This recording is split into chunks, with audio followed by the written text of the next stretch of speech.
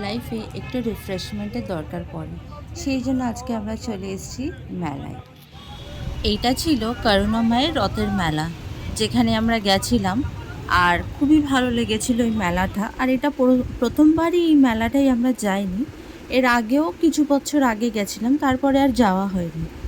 এই মেলাটা এত সুন্দর, প্রত্যেকটা জিনিস এই মেলাটায় যে পাওয়া যায় এত ইউনিক, এত সুন্দর, খুব ভালো লাগে এই মেলাটায় যাওয়াটা। আর একবার গেলেই যে মন ভরে যাবে তা কিন্তু হয় না। একবার গেলে বারবার মনে হবে গিয়ে একটু ঘুরে আসি। কেন, একদিনে যেন মনে হয় মেলাটাকে পুরো কমপ্লিট করা যায় না, এতটাই বড় জায়গাতে এই মেলাটা। নানা রকম জিনিস, বাচ্চাদের খেলনা থেকে নিয়ে, কাপড় থেকে নিয়ে, দেন ফার্নিচার থেকে নিয়ে নানা রকম জিনিস এখানে পাওয়া যায়। আর সত্যি জিনিসগুলো খুবই সুন্দর। আর মেলা মানেই আমরা এক্সপেক্ট করি কি কিছু একটা ইউনিক জিনিস যাতে পাওয়া যায়, আর আমরা সেখানে গিয়ে আমরা কিনি। আর তারপরে প্রতিটা বছর, মানে সারা বছর আমরা ওয়েট করি যে আবার এরকম একটা মেলা হয়। তো এখানে আমি আমার ছেলেকে নিয়ে এসেছিলাম, ও ঘুরে ঘুরে এক্সপ্লোর করলো, ওরও খুব ভালো লাগলো। আর এই দোকানটায় অনেক সুন্দর সুন্দর কাঠের জিনিস পাওয়া যাচ্ছিল, যেখানে আমি রাজস্থানি পুতুলও দেখেছিলাম। বাট আমি যেরকমটা চাইছিলাম একটা হ্যান্ড পপেট, তো সেরকমটা দেখিনি, সেই জন্য আমি আর নিলাম না। তারপরে আমার ছেলে সারা মেলাতে ঘুরে একটা গাড়ি নিল, আর সারা মেলা ঘুরে এক্সপ্লোর করলো। আর এই মেলাটাই গেলে ভালো করে জিনিসের দাম সব দেখে নিতে হয়, বিকজ একটা দোকানে কোনো জিনিসের দাম কম, তো আর একটা দোকানে সেম জিনিসের দাম বেশি। তো আমরা এমনি করে একটা জিনিসের জন্য অনেক কটা দোকান ঘুরে ঘুরে আমরা দেখেছি। আর এখানে ঘুরতে ঘুরতে আর মনে পড়ে সেই ছোটোবেলাকার মেলার কথা। মানে আমরা ছোটোবেলায় রথের মেলা যেতাম, মলালিতে একটা রামলীলা পার্ক আছে, সেখানে আমরা যেতাম। আর সেখানে 3 টাকা থেকে আমরা জিনিস কিনতে পারতাম, 3 টাকা, 5 টাকা, 10 টাকা।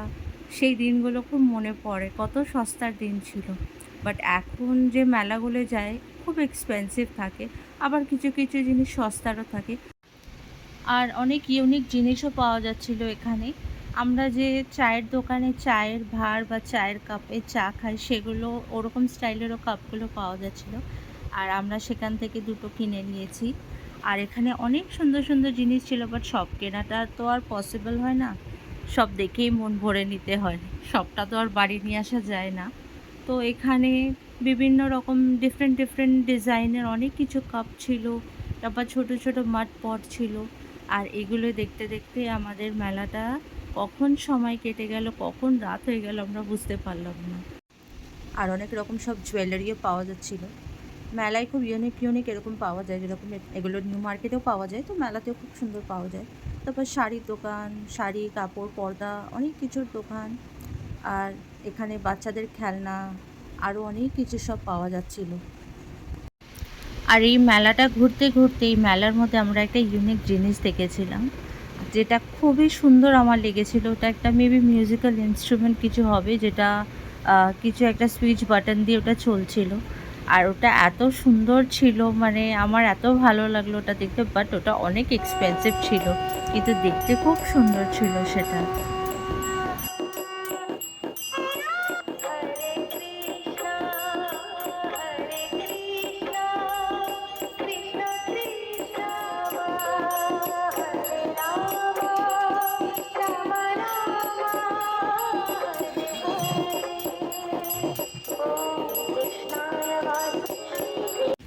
আর এখানেই আমার ছেলে ঘুরতে ঘুরতে ছোট কার থেকে একটা বড় কার দেখে নিল, খুব এক্সাইটেড বড় কার দেখে।